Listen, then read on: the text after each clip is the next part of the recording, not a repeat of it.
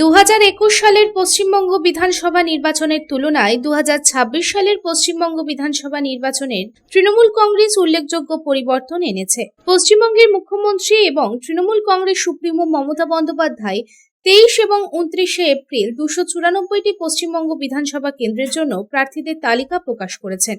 মুখ্যমন্ত্রী মমতা বন্দ্যোপাধ্যায় মঙ্গলবার তার কালীঘাটের বাসভবনে তৃণমূলের সর্বভারতীয় সাধারণ সম্পাদক অভিষেক বন্দ্যোপাধ্যায় এবং রাজ্য সভাপতি সুব্রত বক্সির উপস্থিতিতে একটি সংবাদ সম্মেলনে প্রার্থীদের তালিকা প্রকাশ করেন। তৃণমূল কংগ্রেস সুপ্রিমো মমতা বন্দ্যোপাধ্যায় এই নির্বাচনের জন্য তার কিছু পুরনো প্রার্থীকে পুনরায় মনোনয়ন দিয়েছেন।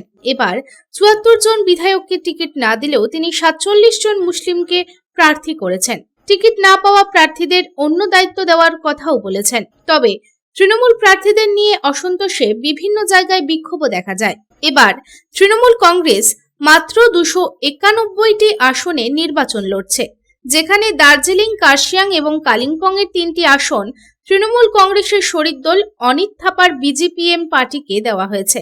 এবার 15 জন বিধায়কের আসন পরিবর্তন করে অন্য জায়গা থেকে প্রার্থী দেওয়া হয়েছে। এবার তৃণমূল কংগ্রেসের প্রার্থী তালিকায় 60 বছরের কম বয়সী 177 জন প্রার্থী রয়েছে। তপশিলি জাতি থেকে 85 জন প্রার্থীকে মনোনীত করা হয়েছে। অন্যদিকে তৃণমূলের 291 জন প্রার্থীর মধ্যে 52 জন মহিলা প্রার্থী রয়েছেন। কলকাতাতে 3টি আসনে নতুন মুখদের সুযোগ দেওয়া হয়েছে। তবে শিক্ষক নিয়োগ কেলেঙ্কারিতে অভিযুক্ত পার্থ চ্যাটার্জি সহ অনেককেই এবার তৃণমূলের তরফ থেকে প্রার্থীর জন্য টিকিট দেওয়া হয়নি। Bureau report, Public Times. আর ভাড়া বাড়ি নয়, এবার আপনার নিজের স্বপ্নের বাড়ি গড়ে তুলুন। আপনার স্বপ্ন পূরণের সঙ্গী এবং দূষণমুক্ত খোলামেলা পরিবেশে নতুন ঠিকানা আনন্দ নিকেতন, কুমারবাজার, বক্তানগর রোড, রানীগঞ্জ। এখানে রয়েছে 2 এবং 3 বিএইচকে অ্যাপার্টমেন্ট।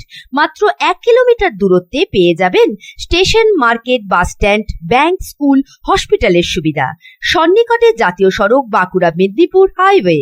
থাকছে ব্যাংকিং লোনের সুবিধা। তাই দেরি না করে আজই যোগাযোগ করুন 9933704001 9333107047।